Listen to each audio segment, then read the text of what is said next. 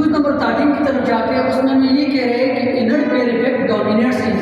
यहाँ पर इसका अगर हम ऑप्शन देखेंगे, ऑप्शन में भी दिए कार्बन, सिलिकॉन, जर्मेनियम, टिन और लेड भी मैं लिख लेता हूँ, लेड। इनर्ट पेयर इफेक्ट कहाँ पर डोमिनेट होते हैं? अगर हम इनर्ट पेयर इफेक्ट की डिफिनीशन देखेंगे, डिफिनीशन में हम ये कहते हैं कि ability of NH2 pair electron to not take part in bonding and remain inert in post transition element of heavier element। and ये जो NS के अंदर जो दो इलेक्ट्रॉन है, यानी पेयर ऑफ इलेक्ट्रॉन है, इसका बॉन्डिंग के अंदर पार्टिसिपेट न करना और इनर्ट रहना, इसको हम बोलते हैं इनर्ट पेयर इफेक्ट। और ये कहाँ पर होता है? ये post transition element of heavy element. अगर हम थर्ड ग्रुप की बात करेंगे, थर्ड ग्रुप में अगर हम देखेंगे बोरान है, एल्यूमिनियम है, गालियम है, एंडियम है और साथ में टेलियम। तो इनर्ट पेयर इफेक्ट कहाँ पर डोमिनेट करेगा? एंडियम और टेलियम के अंदर। इसी तरह अगर हम ग्रुप 4 की तरफ जाते हैं, ग्रुप 4 में कार्बन, सिलिकॉन, जर्मेनियम, टिन और लेड। इनर्ट पेयर इफेक्ट नीचे से ऊपर की तरफ हम जाएंगे तो डोमिनेंस उसकी बढ़ेगी। सबसे ज्यादा डोमिनेंट लेड के अंदर होगा, फिर टिन, फिर जर्मेनियम, फिर सिलिकॉन और फिर कार्बन। ऊपर वालों में ना होने के बराबर, नीचे वालों में बहुत ज्यादा होगा। अब इसकी जो रीजन होती है, ये क्यों होती है? ये जो एस के अंदर दो इलेक्ट्रॉन है, ये क्यों बॉन्डिंग के अंदर पार्टिसिपेट नहीं करते? और इसी तरह ये एमसीक्यू नंबर 14 इसके साथ रिलेटेड है कि डाइवेलेंट क्यों होगा, ये रीजन मैं आपको बताता हूँ। अगर हम इनकी वैलेंशियल इलेक्ट्रॉनिक कॉन्फ़िगरेशन देखते हैं तो NS2 और NP2 होती है ग्रुप 4 की, ग्रुप 3 की होती है NS2 और NP1। अब ये जो S वाला इलेक्ट्रॉन है और ये जो P वाला इलेक्ट्रॉन है, इनके अंदर एनर्जी का गैप होता है।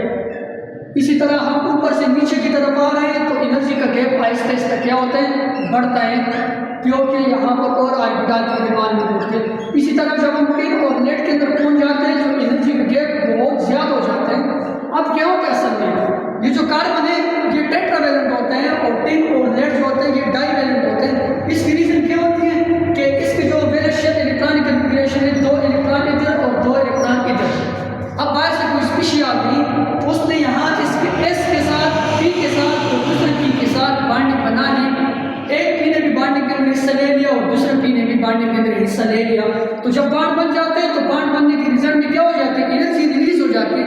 वही जो एनर्जी रिलीज होती है वो यहाँ से एस वाले इलेक्ट्रॉन क्या कर लेते हैं? वो गेन कर लेते हैं। अगर वो एनर्जी इतनी है कि यहाँ एस से जो इलेक्ट्रॉन है वो पी के अंदर जंप कर सकते हैं, तो ये वाले इलेक्ट्रॉन यहाँ से यहाँ पर जंप कर लेते हैं, दो ऑर्बिटल और खाली हो जाते हैं। तो इसलिए कार्बन जो होते हैं वो 4 बॉन्ड बना लेते हैं। सिलिकॉन में भी एनर्जी के कितने नहीं होते हैं। लेकिन जब हम नीचे वाले एलिमेंट की तरफ आते हैं, टिन और लेड की तरफ जो हेवियर होते हैं, वहां पर जो एनर्जी गैप होता है वो बहुत ज्यादा हो जाते हैं। ये जो एस वाले इलेक्ट्रॉन है, ये जो बॉन्डिंग पी वाले इलेक्ट्रॉन बॉन्डिंग के अंदर जो पार्टिसिपेट कर लेते हैं वो एनर्जी रिलीज कर लेते हैं। वही एनर्जी एस के पास आती है, लेकिन वो इतनी नहीं होती है कि एस से यहाँ इलेक्ट्रॉन यहाँ पर जंप कर ले। तो ये जो एस वाले इलेक्ट्रॉन होते हैं ये इनर्ट रह जाते हैं और ये पेयर होते हैं, इसलिए इसको बोलते हैं इनर्ट पेयर इफेक्ट। ये यहाँ पर डोमिनेंट होते हैं और यहाँ पर डोमिनेंट नहीं होते हैं। कार्बन, सिलिकॉन, जर्मेनियम ये टेट्रावेलेंट होते हैं और ये दोनों डाइवेलेंट होते हैं। इसी तरह एमसीक्यूज नंबर 14 और एमसीक्यूज नंबर 13 में हम अगर इनर्ट पेयर इफेक्ट ऑर्डर देखेंगे, lead, tin, germanium, carbon, silicon. और इसी तरह अगर हम देखेंगे कार्बन और सिलिकॉन डाइवेलेंट है, और इसी तरह ये जो कार्बन और सिलिकॉन डाइवेलेंट नहीं, लेड और टिन जो है ये डाइवेलेंट है, कार्बन टेट्रावेलेंट, सिलिकॉन भी टेट्रावेलेंट, गालियम जो है ये भी टेट्रावेलेंट, ये भी टेट्रावेलेंट। यहाँ पर ये डाइवेलेंट लेकिन ये टेट्रावेलेंट। लेड और टिन जो होते हैं वो टेट्रावेलेंट होते हैं और इसी तरह ये जो बाकी होते हैं ये